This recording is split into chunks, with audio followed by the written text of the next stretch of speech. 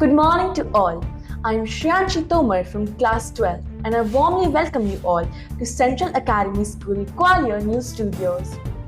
In today's session, we are delighted to present an important message from our respected Principal Sir, Shri Jaikishan Keswani. He has specially guided the students of Class 12 on how to prepare for chemistry. Sir has explained in detail the weightage of different portions of the syllabus and how to study each topic effectively.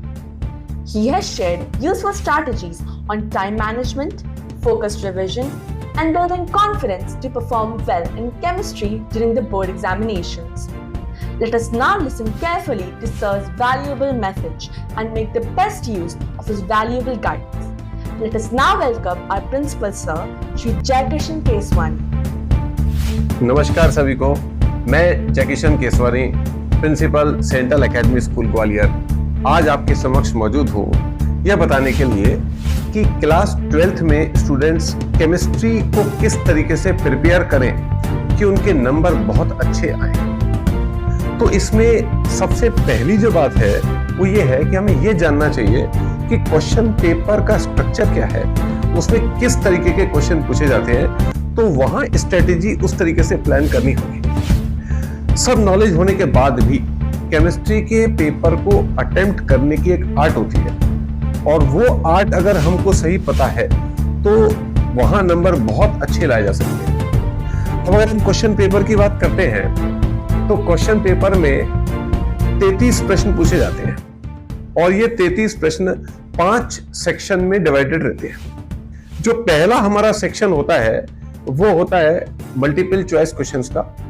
जिसमें 16 question आते हैं और वो सब एक number के होते हैं। जो दूसरा हमारा सेक्शन होता है वो शॉर्ट आंसर क्वेश्चन का होता है, जिसमें 5 क्वेश्चन होते हैं और वो 2 नंबर का एक क्वेश्चन होता है। तीसरा जो हमारा सेक्शन होता है उसमें 7 क्वेश्चन होते हैं, वो 3-3 नंबर के होते हैं। चौथा सेक्शन केस बेस्ड क्वेश्चंस का होता है, इसमें 2 क्वेश्चन होते हैं 4-4 नंबर के। और 5वां सेक्शन जो है लॉन्ग आंसर टाइप क्वेश्चन का होता है, इसमें 3 क्वेश्चन होते हैं 5-5 नंबर के। यहाँ मुख्य बात यह है कि हमको ये देखना है कि किस तरीके के प्रश्न पूछे जाते हैं। अब इसमें 2 बातें हैं। एक है एनसीईआरटी की बुक, जो कि आप ये मान के चलिए कि आपके लिए गीता भी है, बाइबल भी है, कुरान भी है, सब। और दूसरी बात है प्रीवियस ईयर्स क्वेश्चंस।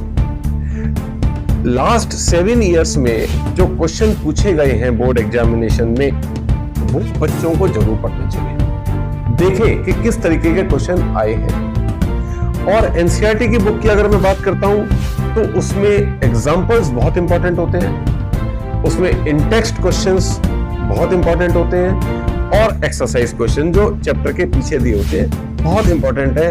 इनको करने पर लगभग 90% काम तो हो जाता है। बात आती है कि 10% में क्या करना चाहिए। 10% के लिए वो प्रीवियस ईयर क्वेश्चन की मैंने बात करी, एक तो वो है। दूसरा एनसीईआरटी एग्जाम्पलर आती है, एनसीईआरटी एग्जाम्पलर से जरूर सॉल्व करने चाहिए क्वेश्चंस। और बच्चों को लिखकर देखने की आदत होनी चाहिए कि हम कोई भी क्वेश्चन को प्रिपेयर करते हैं जब, तो हम उसको लिखकर जरूर देखें कि हम सही लिख पा रहे हैं कि नहीं लिख पा रहे हैं। तो ये स्ट्रेटेजी बहुत इंपॉर्टेंट है और इसमें अगर हम इस तरीके से प्रिपेयर करते हैं तो नंबर हमारे काफी अच्छे आ सकते हैं। तो अब बात करते हैं हम सिलेबस की। तो केमिस्ट्री के सिलेबस को हम 3 पार्ट में क्लासिफाई करते हैं, फिजिकल, इनऑर्गेनिक और ऑर्गेनिक। तो फिजिकल केमिस्ट्री में हमारे पास 3 चैप्टर होते हैं, सॉल्यूशन, इलेक्ट्रोकेमिस्ट्री और केमिकल काइनेटिक्स। सॉल्यूशन चैप्टर की बात करूं अगर मैं, तो देखिए न्यूमेरिकल का तो आना लगभग तय होता है सॉल्यूशन में।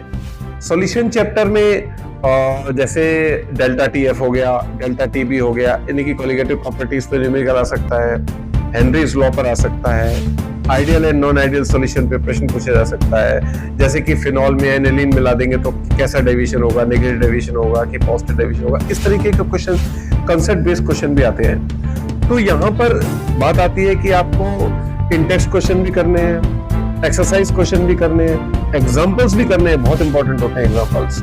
और एनसीईआरटी का एक वर्ड तो पढ़ना ही है हर चैप्टर का, जो कि बहुत इंपॉर्टेंट है क्योंकि बीच में से भी क्वेश्चन पूछे जाते हैं। अगर हम इलेक्ट्रोकेमिस्ट्री की बात करते हैं तो नर्स्ट इक्वेशन बहुत इंपॉर्टेंट है। उस पर न्यूमेरिकल आ ही जाता है, ठीक है। मोलर कंडक्टिविटी उस पर आ जाता है, कोलराज लॉ पे भी आ जाता है, कई बार फैराडेज लॉ पे भी आना लगभग तय होता है, बैटरीज पे भी कॉन्सेप्ट बेस्ड क्वेश्चंस आ जाते हैं, ठीक है ना। अब यहां पर हम फिजिकल केमिस्ट्री में एक बात और कर सकते हैं कि क्योंकि न्यूमेरिकल काफी आते हैं, तो न्यूमेरिकल के लिए हम एक शीट बना लें, फार्मूला शीट, और उसमें जितने भी फार्मूले हैं चैप्टर वाइज वो हम फार्मूले एक जगह नोट कर ले।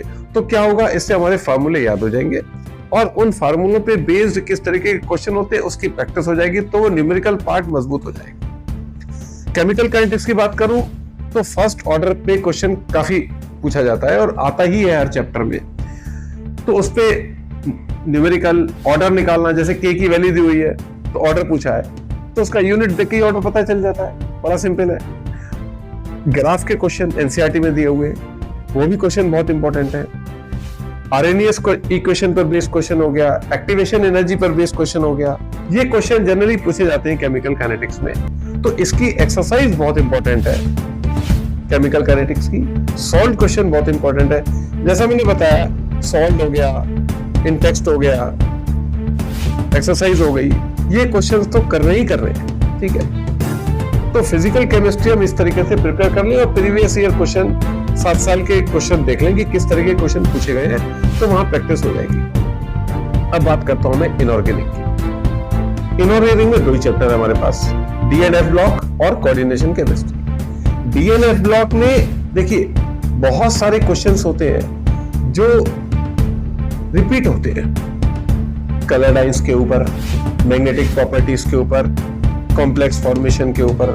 तो वहां एनसीईआरटी में ऐसे कौन से बहुत सारे क्वेश्चन दिए हुए हैं जो आप उसकी प्रैक्टिस करें और प्रीवियस ईयर क्वेश्चंस को देख लें तो काफी हो जाता है। यहां पे इस चैप्टर में एक बात बहुत महत्वपूर्ण है कि आप प्रॉपर्टीज जहां पे आ जाती है ट्रांजिशन मेटल की, वहां एनसीईआरटी का एक एक वर्ड, वहां पे मैंगनीज आयन को लेकर के, क्रोमियम आयन को लेकर के काफी क्वेश्चन बनते हैं और वो क्वेश्चंस आते हैं एग्जामिनेशन, ठीक है। एक और बात है इंपॉर्टेंट डी और एफ ब्लॉक में, वो है पोटेशियम परमैंगनेट और पोटेशियम डाइक्रोमेट। इनकी प्रिपरेशन बहुत इंपॉर्टेंट है, आती है एग्जाम में, और ऑक्सीडाइजिंग प्रॉपर्टी इस पे तो क्वेश्चन आना ही होता है, चाहे वो K2Cr2O7 से आए या फिर पोटेशियम परमैंगनेट से आए, तो आना ही आना है।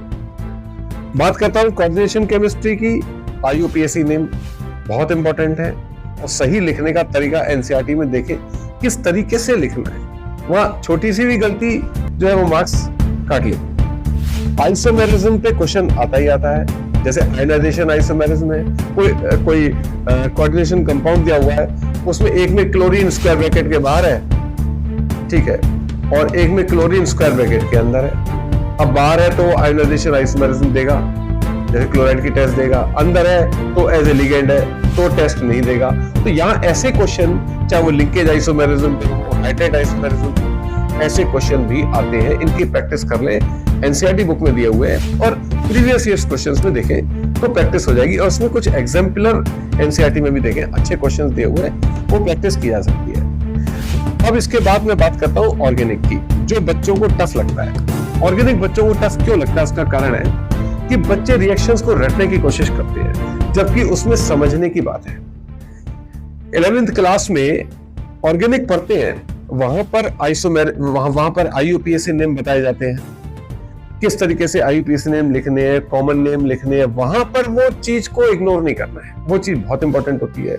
चलिए, इसके बाद भी आप एक बार 12th में आकर के IUPAC नेम्स की प्रैक्टिस जरूर करें ऑर्गेनिक, उसमें क्वेश्चन आता है जरूर 1 या 2 नंबर का। फिर अगली चीज है नेम रिएक्शन। नेम रिएक्शन को पढ़ने का तरीका ये है कि आप चैप्टर वाइज उसको एक शीट पे लिख लें। जैसे पहला चैप्टर है haloalkanes and haloarenes, उसमें कितने नेम रिएक्शन आ रहे हैं, दूसरा चैप्टर है, तीसरा चैप्टर है, चौथा चैप्टर है, इन चारों चैप्टर्स ऑर्गेनिक के, इनके नेम रिएक्शंस को एक जगह लिख लें। इससे क्या होगा फायदा कि नेम रिएक्शंस याद हो जाएंगे और कन्वर्जन करने में बहुत मदद मिलेगी। कन्वर्जन में बहुत सारे नेम रिएक्शंस आते हैं ऑर्गेनिक कन्वर्जन्स में, उसमें भी खासकर मैं बताऊं आपको एनिलीन के कन्वर्जन्स, फिनॉल के कन्वर्जन्स बहुत आते हैं, ठीक है, इनकी प्रैक्टिस कर ले, राइट। इसके बाद फिजिकल प्रॉपर्टीज, जैसे ये कंपाउंड वाटर सॉल्युबल होगा कि नहीं होगा, और होगा तो क्यों होगा, किसका मेल्टिंग पॉइंट ज्यादा है, किसका बॉइलिंग पॉइंट ज्यादा है, इस तरीके के क्वेश्चंस भी आ जाते हैं। ठीक है, किसका डायपोल मोमेंट ज्यादा होगा, तो ऐसे प्रश्न जो है वो आ जाते हैं। तो इसकी प्रैक्टिस आप एनसीईआरटी से भी कर सकते हैं, प्रीवियस ईयर्स क्वेश्चंस भी देख सकते हैं, और एग्जांपल्स जो दिए हुए हैं एनसीईआरटी में वो बहुत इंपॉर्टेंट, उसको आप जरूर देखें। और ऑर्गेनिक केमिस्ट्री में मैकेनिज्म, गिने चुने 5-6 मैकेनिज्म बहुत आते हैं, रिपीट होते हैं, तो वो मैकेनिज्म्स की प्रैक्टिस जरूर कर लें, और किस तरीके से एरो है, कहाँ जा रहा है, ये जरूर देख लें। एक या दो मैकेनिज्म आ जाते हैं एग्जामिनेशन में, तो उसकी प्रैक्टिस कर सकते हैं, वो गिने चुने हैं। जैसे इथेनॉल का सल्फ्यूरिक एसिड के साथ रिएक्शन है डिफरेंट टेम्परेचर्स पर, इस पर मैकेनिज्म आ जाता है। बल्कि मैं तो कहता हूँ, और जब आप ऑर्गेनिक केमिस्ट्री की शुरुआत करते हो तो शुरुआत बायोमॉलिक्यूल से ही करें, क्योंकि इसमें एनसीईआरटी अपने आप में पूरी सफिशिएंट है।